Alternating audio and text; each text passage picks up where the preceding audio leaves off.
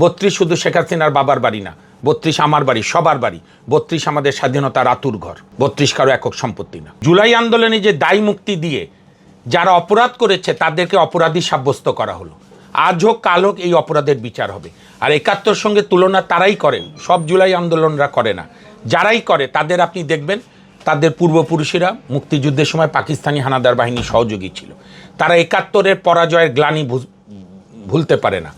71-এর পরাজয়ের গ্লানিকে মুছবার জন্য তারা ব্যর্থ প্রয়াস চালায় 24-এর। আমি একটা প্রশ্ন করি, এই সরকার হোক বা অন্য যে কোনো সরকার হোক, যদি আবার স্বৈরাচারী হয়, আবার আন্দোলন হয়, আবার 2000 লোক মারা যায়, তখন কি আরেকটা 71 হবে? 71 তো আমার স্বাধীনতা হচ্ছে আমার স্বজন হারানো একমাত্র স্বজন, এর সঙ্গে কোনো কম্পেয়ার নেই। এটা যারা করে তারা নির্বোধ অথবা তাদের ব্রেন ওয়াশ করে দিয়েছে জামাত এবং পাকিস্তানি পরাজিত শক্তিরা, যারা আমাদের 71-কে অপমান করতে চায়।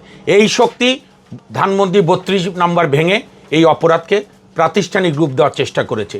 এই জন্য ডক্টর ইউনূস, আসিফ নজরুল, রিজওয়ানা হাসানদের বিচার হবে বাংলাদেশে। কারণ 32 শুধু শেখ হাসিনার বাবার বাড়ি না, 32 আমার বাড়ি, সবার বাড়ি। 32 আমাদের স্বাধীনতার আতুর ঘর। 32 কারো একক সম্পত্তি না।